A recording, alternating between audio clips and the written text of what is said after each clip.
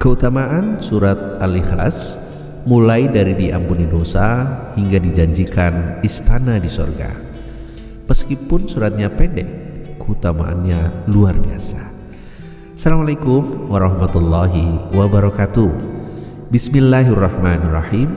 Alhamdulillahirabbil alamin. Wassalatu wassalamu ala asrofil anbiya wal mursalin Sayyidina wa habibina wa syafi'ina wa maulana Muhammadin wa ala alihi wa sahbihi ajma'in, amma ba'du. Jumpa lagi di channel penuh berkah ini. Semoga sahabat dalam kondisi sehat walafiat, berkah atas apa yang diusahakan, dan bahagia bersama keluarga. Kita berdoa semoga rezeki yang masih jauh didekatkan, yang masih di atas langit diturunkan, yang masih di dalam bumi dimunculkan, yang sudah dekat dimudahkan dan diberkahkan. Amin ya rabbal alamin. Sebelum melanjutkan bahasan kali ini, yang belum like, subscribe, dan share video ini, silakan like, subscribe, dan share. Mari kita jadikan channel ini sebagai ladang menebar kebaikan. Semoga banyak orang yang tercerahkan setelah menyaksikan tayangan dalam video ini. Keutamaan surat Al-Ikhlas sangat luar biasa karena berisi perintah mengesahkan Allah Subhanahu wa Ta'ala dan menolak menduakannya. Quraisy Shihab menuturkan nama surat Al-Ikhlas terambil dari kata kholis yang berarti suci atau murni setelah sebelumnya memiliki kekeruhan. Surat ini sangat populer di kalangan umat muslim karena memiliki ayat yang pendek dan arti yang mudah dimengerti. Namun siapa sangka bahwa surat tersebut mengandung lebih banyak fadilah daripada yang dibayangkan sebelumnya.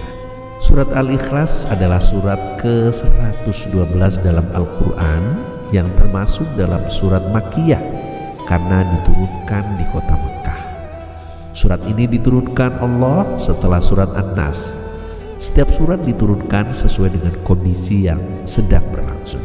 Menurut penelitian yang dilakukan oleh UIN Raden Fatah Palembang, secara keseluruhan surat Al-Ikhlas memiliki nilai-nilai keislaman, khususnya pendidikan tauhid. Ini sesuai dengan sebab diturunkannya surat Al-Ikhlas ini. Dalam sebuah hadis diceritakan dari Abi Al-Aliyah dari Ubay bin Ka'ab radhiyallahu anhu, sesungguhnya kaum musyrikin berkata, "Wahai Muhammad, sebutkanlah, beritahukanlah kepada kami tentang Tuhanmu." Maka Allah Azza wa Jalla menurunkan ayat Qul huwallahu ahad, Allahu somad, sampai pada ayat terakhir. Hadis riwayat Tirmidzi.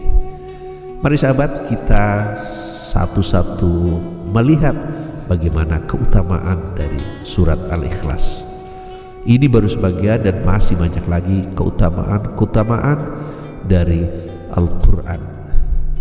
Yang pertama adalah setara dengan sepertiga Al-Quran. Hal ini berdasarkan hadis yang artinya dari Abu Darda bahwa Rasulullah Shallallahu Alaihi Wasallam bersabda, "Apakah seorang di antara kalian tidak mampu untuk membaca sepertiga Al-Quran?"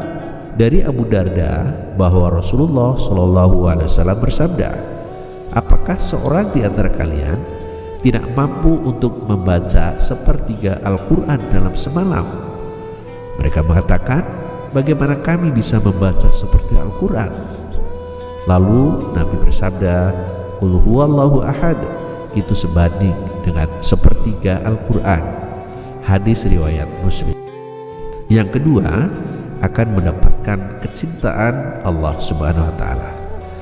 Dari Aisyah bahwa Rasulullah Shallallahu Alaihi Wasallam mengutus seorang lelaki dalam suatu syariah, pasukan khusus yang ditugaskan untuk operasi tertentu. Laki-laki tersebut ketika menjadi imam sholat bagi para sahabatnya selalu mengakhiri bacaan suratnya dengan Qul huwallahu ahad. Ketika mereka pulang, disampaikan berita tersebut kepada Rasulullah Shallallahu Alaihi Wasallam, maka beliau bersabda, "Tanyakanlah kepadanya kenapa ia melakukan hal itu." Lalu mereka pun menanyakan kepadanya. Ia menjawab, karena di dalamnya terdapat sifat Ar-Rahman dan aku senang untuk selalu membacanya. Mendengar itu, Rasulullah SAW bersabda, beritahukanlah kepadanya bahwa Allah Ta'ala juga mencintainya. Hadis riwayat Bukhari dan Muslim. Yang ketiga, membaca 3 kali seperti menghatamkan Al-Quran.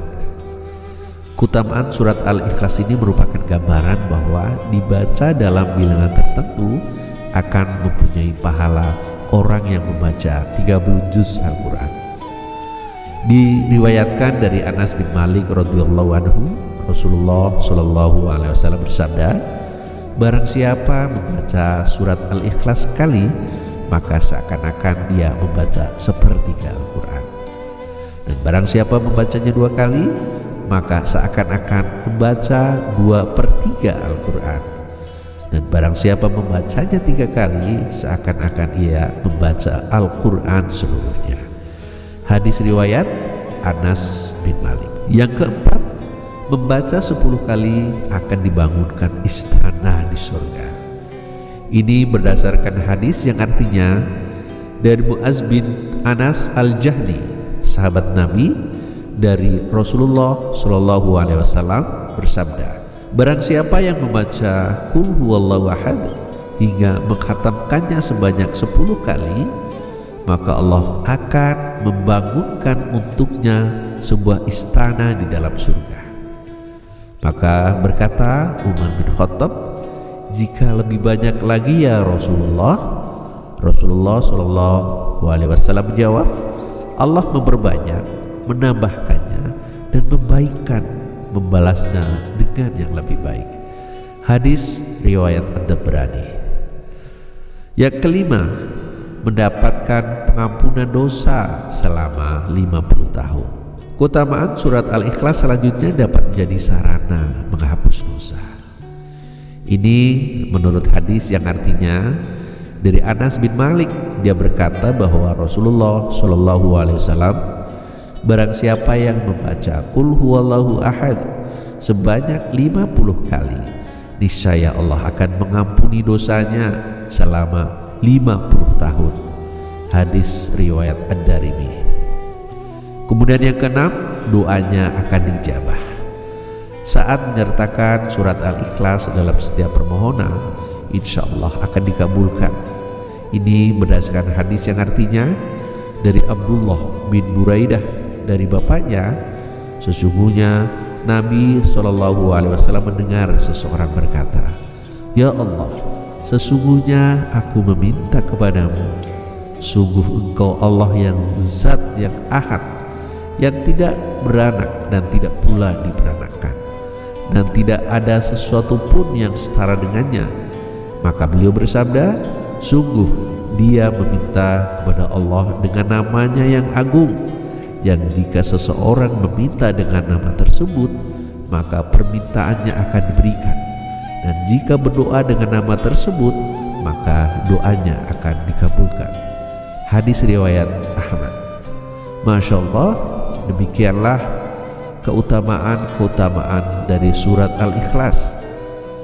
Suratnya pendek tapi maknanya luar biasa. Semoga dengan mengetahui keutamaan surat Al-Ikhlas akan menambah keimanan dan ketakwaan kita kepada Allah Subhanahu wa Ta'ala. Semoga bermanfaat tayangan pada kali ini. Assalamualaikum warahmatullahi wabarakatuh.